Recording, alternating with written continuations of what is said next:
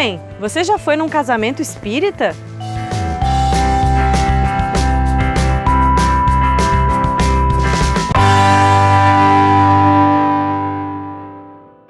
Pois é, a realidade é que você nunca foi num casamento espírita. Mas eu fui no casamento de um casal lá do centro, eles casaram no civil, o presidente do centro fez uma prece e depois teve até festa. Ah, sim, então foi um casamento civil, com uma prece e uma festa. Acontece que no espiritismo, ainda que as pessoas chamem de casamento espírita, nós não temos rituais ou cerimônias. Ou seja, a gente não batiza as crianças. Não tem festividades quando a gente sai da evangelização, não tem ritual de casamento, de enterro e nem nada de nada oficial. Pode ter uma comemoração, uma prece, é claro, mas nada que funcione como um ritual. Nós compreendemos que a nossa relação com o outro plano é muito próxima sempre. Os espíritos que nos amam e Jesus estarão sempre conosco, ainda mais nesses momentos importantes. Mas por isso, por ser uma proximidade natural, não precisamos de cerimônias especiais e nem alguém específico que abençoe este momento. Claro, elas não fazem mal, só não são necessárias. O casamento, por exemplo, é uma união de duas pessoas que se amam. Mas não vamos confundir as necessidades das leis humanas com a união de sentimentos, ok? Estamos falando aqui de união de sentimentos. Quanto às leis humanas, devemos sempre segui-las, como Jesus mesmo recomendou. O tema de hoje é o casamento civil e religioso na ótica espírita. Essa produção da FEB, que eu coloquei apenas uns excertos, apenas uns trechos, demonstra muito bem como o espiritismo percebe o casamento. O que é o casamento para o espiritismo? Questão 695 do Livro dos Espíritos até a 701. Quem tiver curiosidade, é só ler estas perguntas formuladas por Kardec e as respostas dos espíritos superiores. Casamento. União permanente de almas. União permanente de seres humanos. Olha que interessante. Só há verdadeira união onde há amor. Porque senão ela não é verdadeira. Ela passa. A gente se engana, achando que está, às vezes, amando e está apaixonado. Eu, particularmente, tenho bastante experiência sobre isso. Segundo ponto. Permanente. Quer dizer que não se pode divorciar? O espiritismo é contra o divórcio, não. O espiritismo mostra o seguinte, que se aquela união, aquele relacionamento, aquele casamento está sendo tóxico, está fazendo mais mal do que bem, se os corações não conseguem mais se concatenarem, às vezes pode até acontecer crimes nesse relacionamento, não se tenha dúvida que o divórcio é um remédio. Tanto que Jesus diz, não separais o que Deus ajuntou. Se Deus é amor, segundo João, não separeis o que o amor juntou. O amor realmente ele é contínuo, verdadeiro, não se desama. A gente vai aprendendo que é melhor ao longo do relacionamento desarmar. É ir se abrindo, vendo, fazendo concessões, essa coisa toda. O casamento civil é obrigação da lei humana. E ele possibilita a junção, como eu disse, de seres humanos, do mesmo ou de outro sexo. O espiritismo não tem discriminação, ele não agasalha, não alberga discriminação. Isso é o lado mais interessante também da doutrina espírita.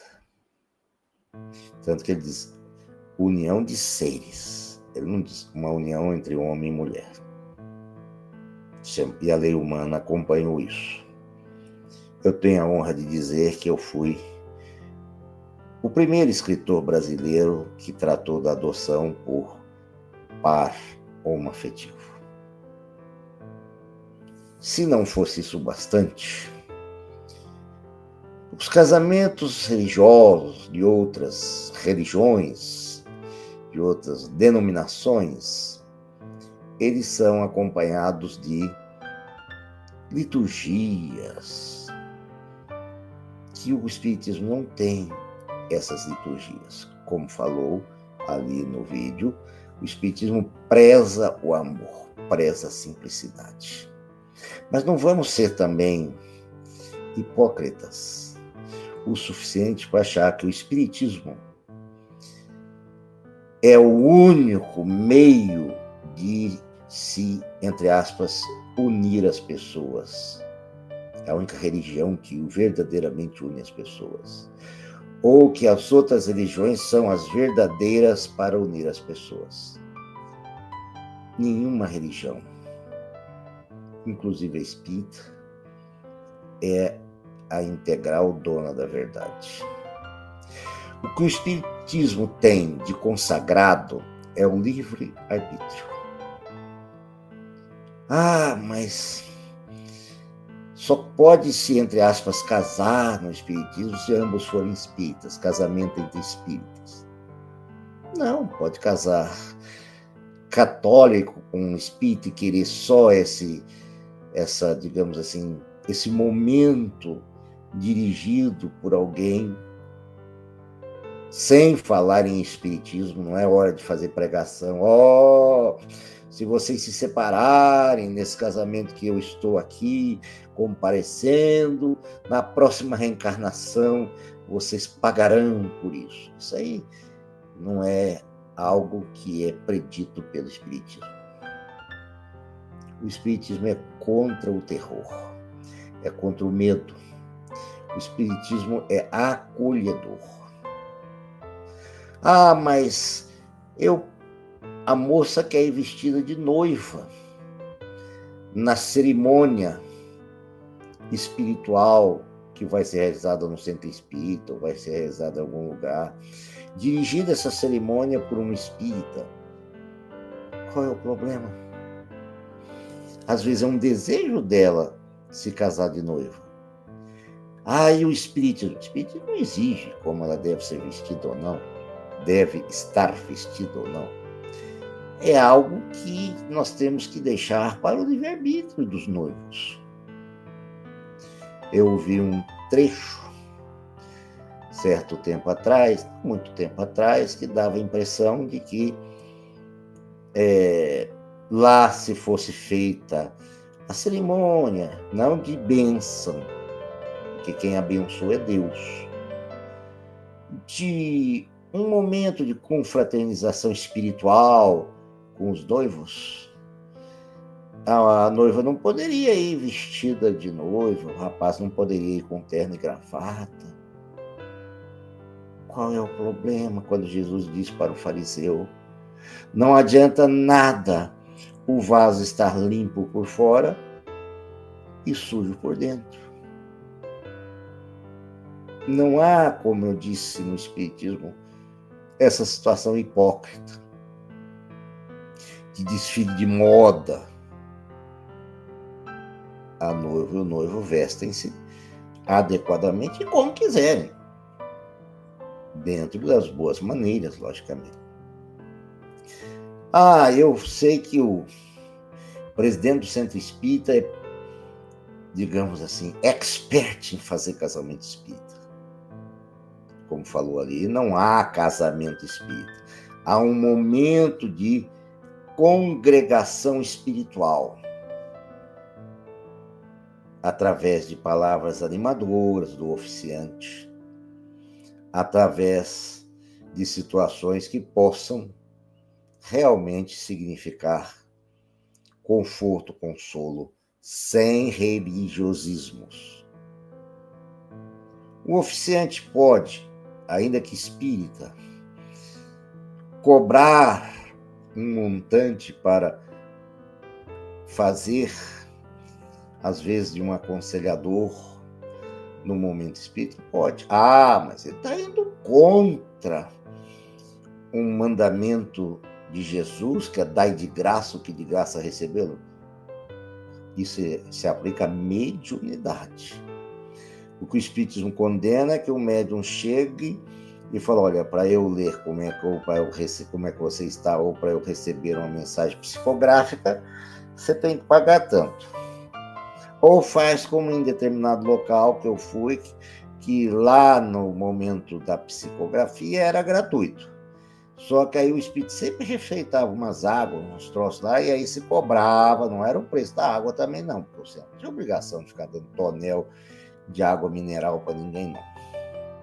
Mas cobrava lá por ter passado pelo espírito. O espírito, tinha a possibilidade de cobrar. O desencarnado podia cobrar.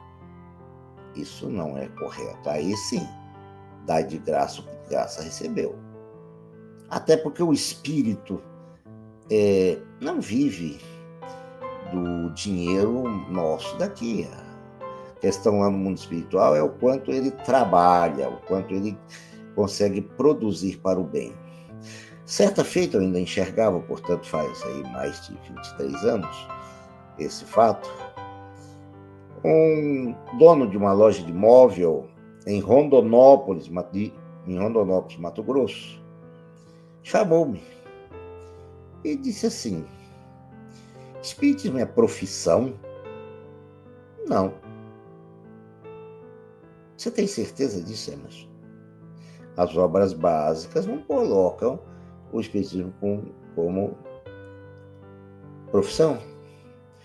O CBO do antigo Ministério do Trabalho e Emprego, aquele tempo, e até hoje, não coloca um Código Brasileiro de Ocupação.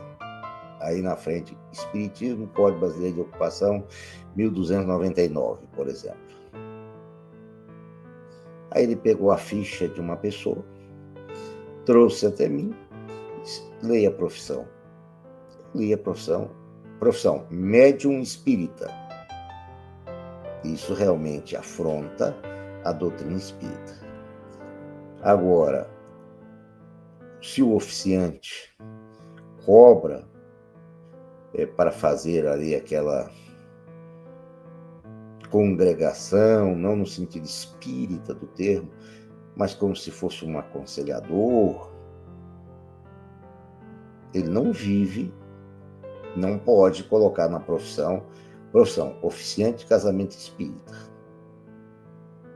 O que nós temos que deixar bem claro que o espiritismo preza a liberdade, mas não preza em momento algum o exagero e o mau senso. Isso é muito interessante. Segundo Jorge Eliarra, da obra que ele extraiu, nós temos Não Peçam Fonte para um Senhor de 61 anos. Joga no Google Jorge Eliarra e 5 tipos de casamento. Lá está. Eu vou ser muito sucinto quanto a isso. Existem espíritos novos, não é que o sujeito seja novo. Existe espírito que saiu para o mundo espiritual bem recentemente. Esses espíritos geralmente casam entre si com pessoas que também estão na mesma situação, ou seja, não são conhecidos do passado. Isso é muito importante a gente saber. É uma relação, digamos assim, primária, é um casamento extremamente inicial para ambos. Existem outros espíritos velhos que assumiram dívidas juntos, uns aos outros, os nubentes nos passados existenciais, tiveram a infelicidade de equivocar grandemente. Esses terão possivelmente os casamentos provacionais, para ver se dá um passo adiante e evolui. E acaba evoluindo. Um tempo de convivência boa já produz muitos efeitos salutares. Para nós, a gente, nossa, casaram agora faz um ano e já se separaram. Faz um ano. Às vezes eram inimigos figadais, mortais, numa existência anterior. Já andaram um ano juntos. Que meu pai, finado, meu pai dizia. Só se sabe se um casamento vai dar certo depois que o casal comer um saco de sal juntos. Aquelas sacas de 25 quilos ou 30 de sal. Não é esses pacotinhos do supermercado, não. Ali vai dar para saber se realmente se amam fortemente. Como exemplo, que eu não consegui trilhar, dos meus pais, eles ficaram casados 65 anos. Eu nunca ouvi meu pai levantar a voz com a minha mãe. A mamãe era mais ridianta. Ela era mais baixinha, sem brincadeiras propositais. Diz que o baixinho, a circulação do sangue no dedão do pé até na nuca, diz que é muito rápido. O cérebro é muito rápido. Não dá tempo de ir queimando etapas mais lentamente. A mamãe era assim, a mamãe era mais complicadinha, perfeitinha e complicadinha. É como diz a música. E ela, às vezes, tirava meu pai do centro. Papai ficava quieto, abaixava a cabeça. Minha mãe chamava Laide, meu pai chamava Adonias. Aí meu pai chamava minha mãe de Laide, Cumiwa. A mamãe também chamava meu pai de Donias. E aí ele virava para ela e falava, Laide, vou dar uma volta no campo. Aí saía, arrediava o cavalo, montava, dava uma volta, chegava, retirava a sela, dava um banho no cavalo, como todos os bons cavalgadores fazem. Aí ele chegava e falava, Laide, esquenta uma água aí pra gente tomar mate. Pronto. Aí eles já estavam conversando como se nada tivesse acontecido. Isso chama-se tolerância, resiliência, amor. Depois do falecimento da minha mãe, meu pai ficou encarnado mais 1 ano e 4 meses.